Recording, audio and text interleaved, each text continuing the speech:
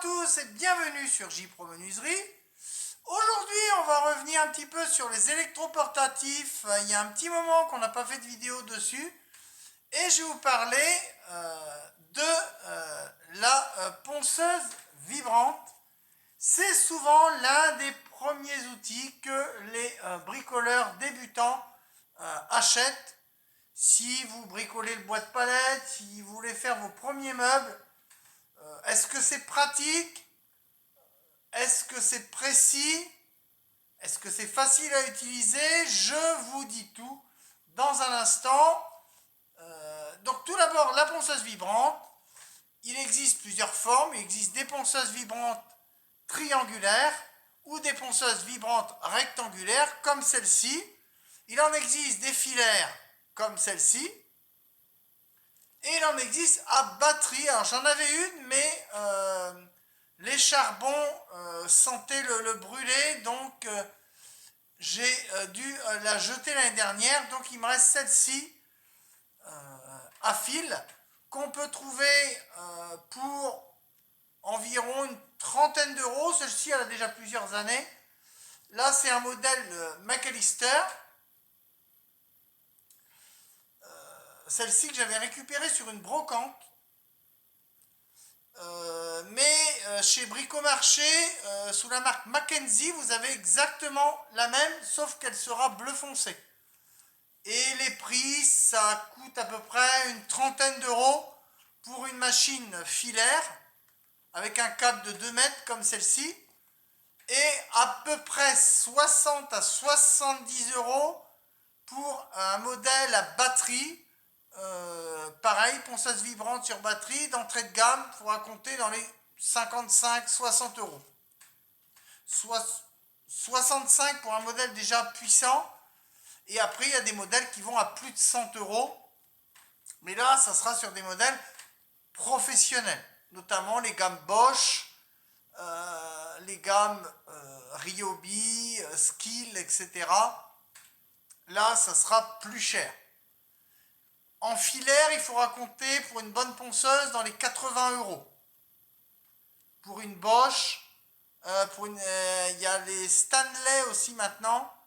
En filaire, il faudra compter pour un bon modèle entre 70 et 80. Les Black & Decker, il faut compter entre 45 et 50 euros. Est-ce que c'est facile à utiliser? Oui. Généralement, un petit bouton ici, marche, arrêt.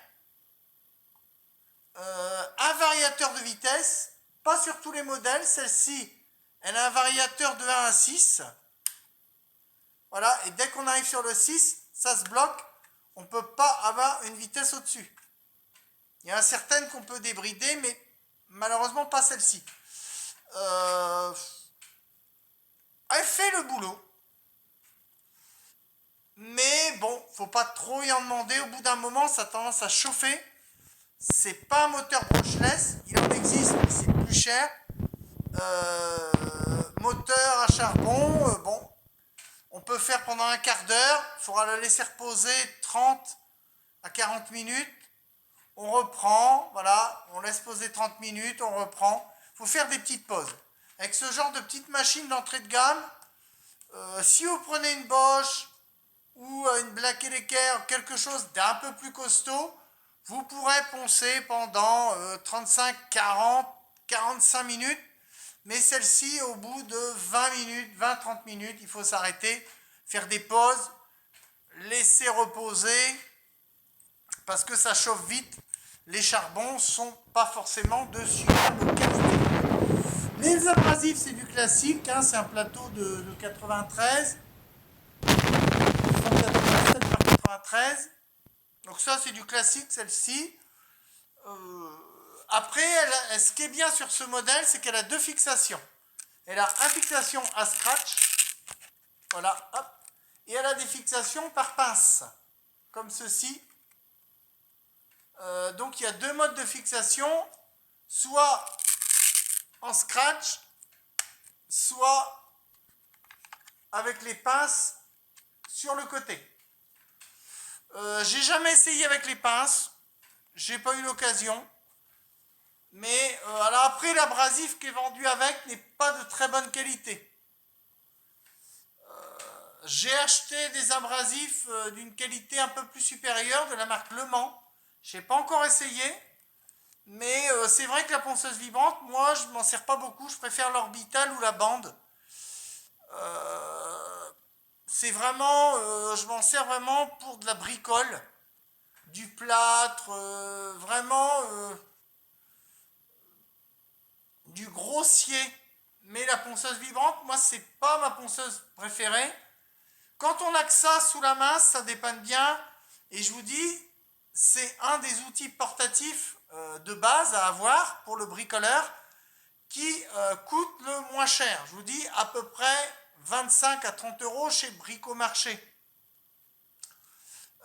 Donc c'est vrai, il y en a même moins cher, d'autres machines à une vingtaine d'euros. Mais là, ça sera encore pire au niveau qualité. Une machine, une trentaine d'euros, ça fera le taf. C'est pas mal, mais vous aurez du filaire. Après, à vous de prévoir des rallonges, etc. Mais, bon, ça donnera une finition correcte. On va pas dire que ça sera le grand luxe, mais plutôt que de poncer à la main et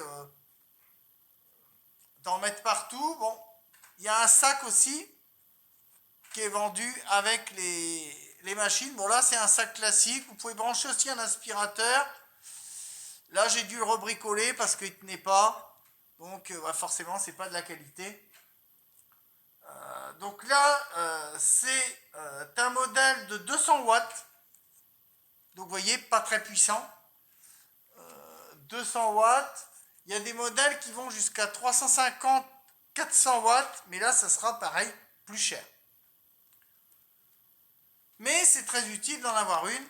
Donc si vous voulez investir dans une ponceuse et que vous avez un tout petit budget, la première ponceuse à avoir dans un atelier, c'est la ponceuse vibrante. Après, il y a les modèles à bande, etc. Mais ça viendra en complément par la suite. Mais voilà, pour une trentaine d'euros, vous pouvez déjà avoir un modèle qui tient la route. Donc moi, je vous recommande même un modèle GSB ou marque distributeur, ça fait l'affaire. Sur ce, j'espère que cette petite vidéo vous aura plu. Likez, commentez, mettez des pouces. Et je vous dis à très bientôt sur JPro Menuiserie pour de nouvelles aventures. Ciao, bye bye.